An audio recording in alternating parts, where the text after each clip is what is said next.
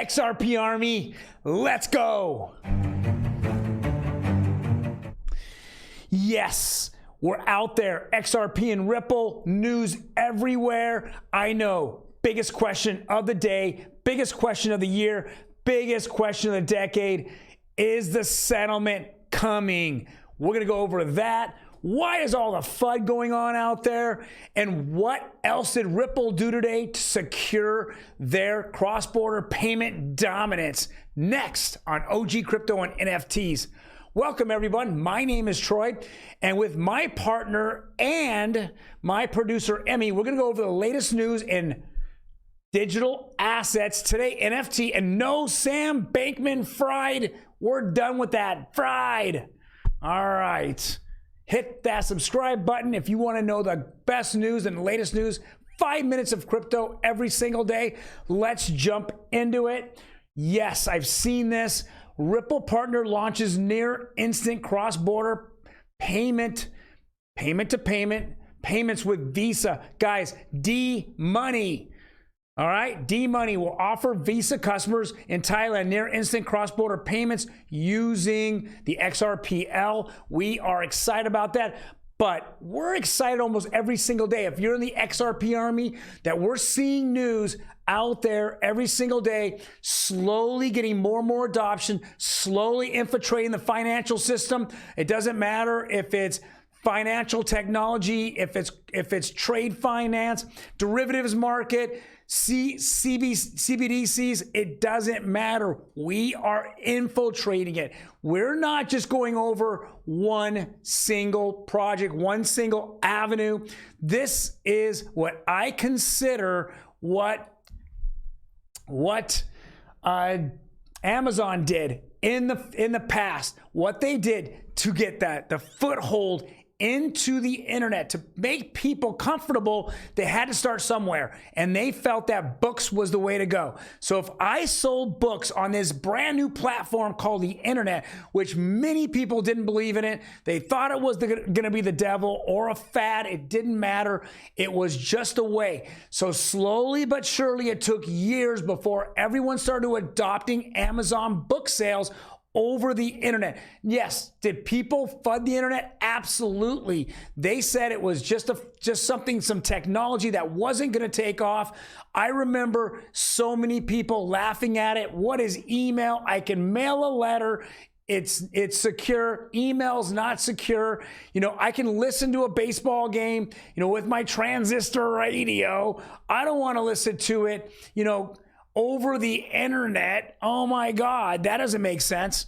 But today it's all changed. This is Ripple now today. Cross-border payments, 10 years, making inroads, 10 years, getting foothold. If you're reading the third quarter of Ripple's financials, Q3 2022, you see their growth. They're growing, and that is going to be on-demand liquidity, as well as use banks and financial institutions using the XRPL. But it's going to be so much greater than that. They are looking to get into a much bigger and better avenues, you know, disrupt a lot more than just cross-border payments. But here we go. We're just seeing these little bitty baby steps happen so many days that we're seeing a lot happen behind the scenes, and we're seeing it grow exponentially. But let's get right down to what we really are here for. Next article.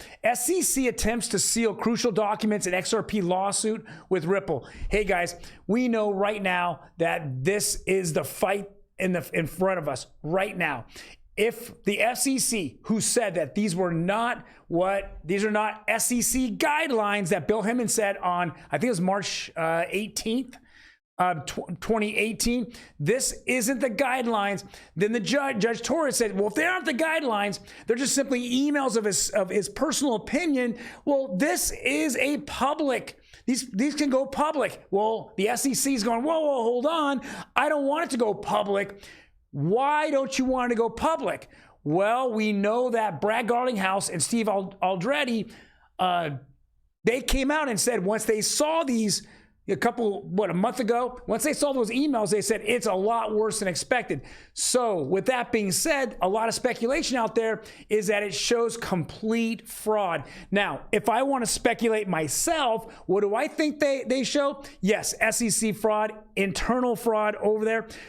But more importantly, I think it shows the Ethereum Foundation and Consensus meeting with the SEC, with Emi and Jay Clayton, and at the last minute telling him that they would pay him money through his prior, now current law firm to take XRP off of that speech, that Yahoo conference speech.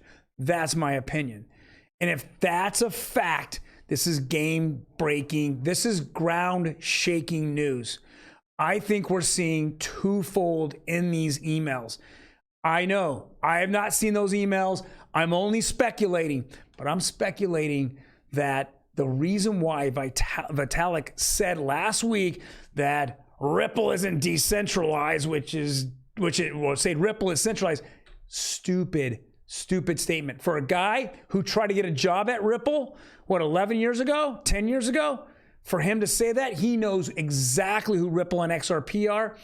It is something that I think they're scared. We're not hearing nothing from Joe Lubin ever since that these emails were being fought over in court 4 times, 4 appeals. We're not hearing from Joe Lubin of Consensus. I think personally, when they felt that there was going to be an issue in the United States, I felt Consensus and the Ethereum Foundation ran like scared kids to Switzerland to open up over there. And then they came back and they clawed back in and they got into favor. Well, maybe because there's connections, maybe those disguised wells, maybe JP Morgan's disguised wells. And he made the connections with the SEC, with the dirty SEC commissioner and the dirty SEC head of finance, the director of financial finances. I think that they connected that dot, and that's why that speech went off. And as we know, Brad Garlinghouse I think he said, in fact, I'm almost positive he said that he was surprised that XRP was not part of the Emi speech back in 2018. And that's when Joe Katz, or we call him David Schwartz, that's when he said, we're getting sued. That's when he said it. We're getting sued, right? They're going to go after us. That made all the sense in the world. I think those Emi emails have a lot to do with the SEC and their corruption, but I think it's going to point back to JP Morgan. It's going to point back to Gensler himself. It's going to point back to Clayton.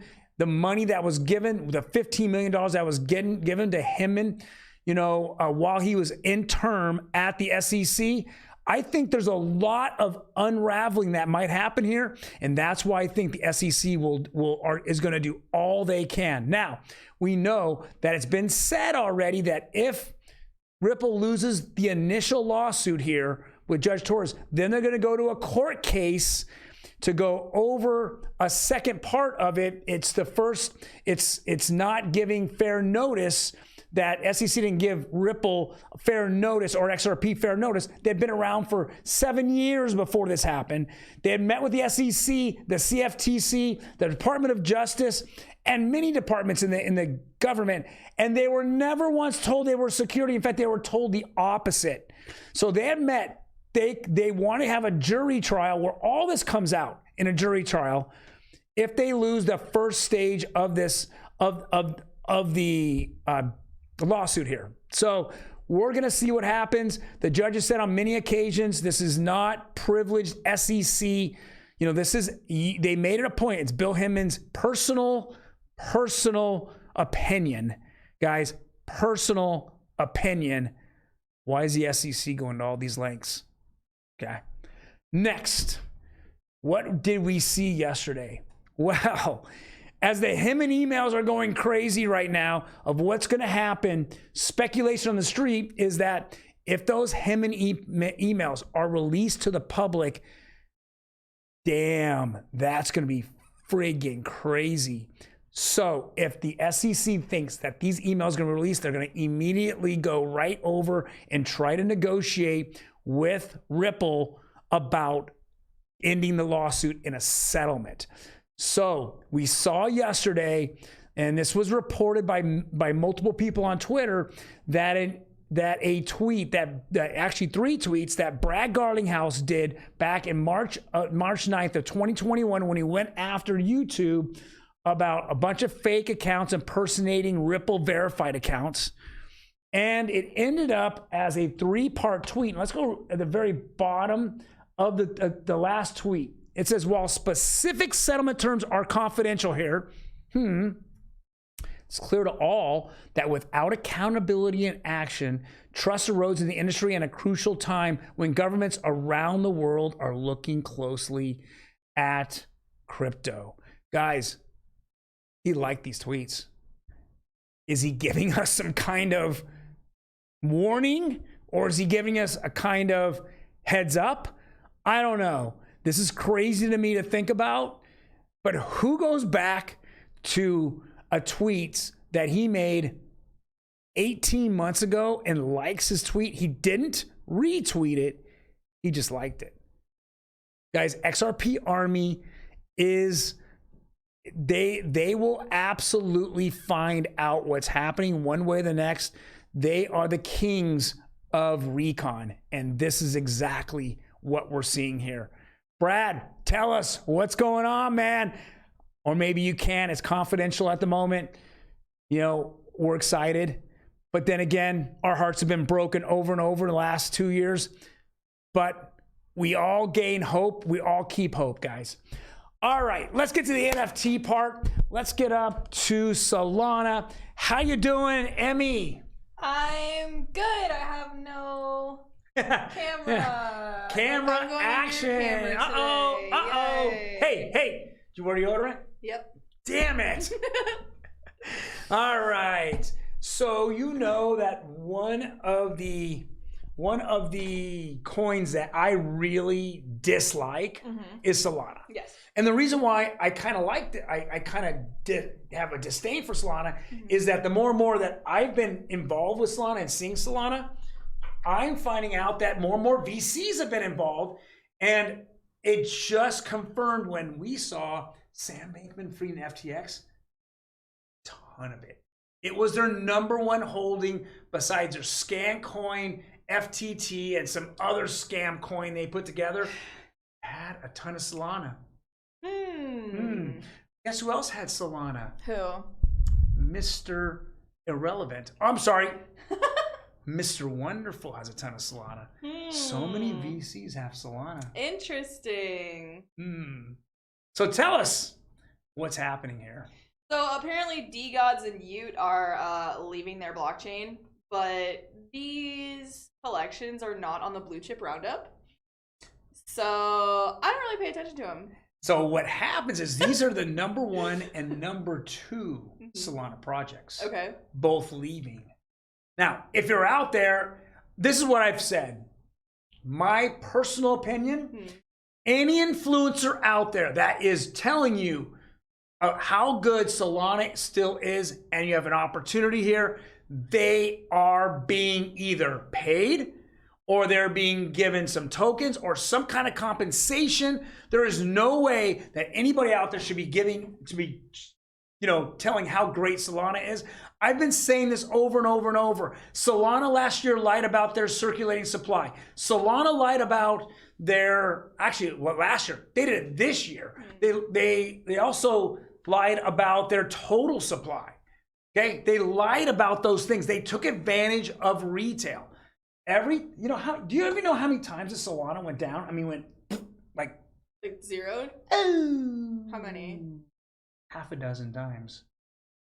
That doesn't inspire confidence. Oh, I don't know. Aren't you excited? Aren't you like, hey, I'm ready to put some stuff. I'm ready to transact on Solana.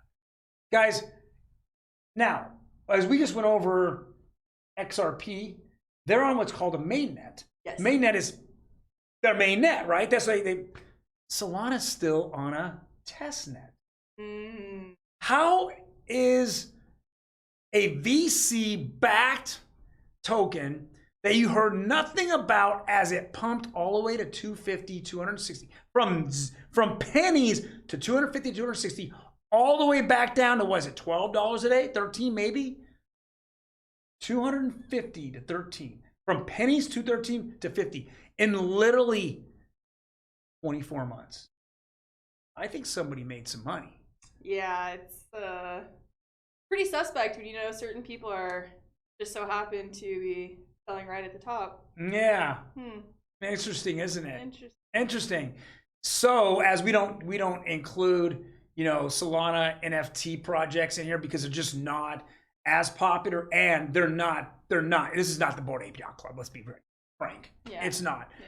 Guys, there is an exodus in Solana.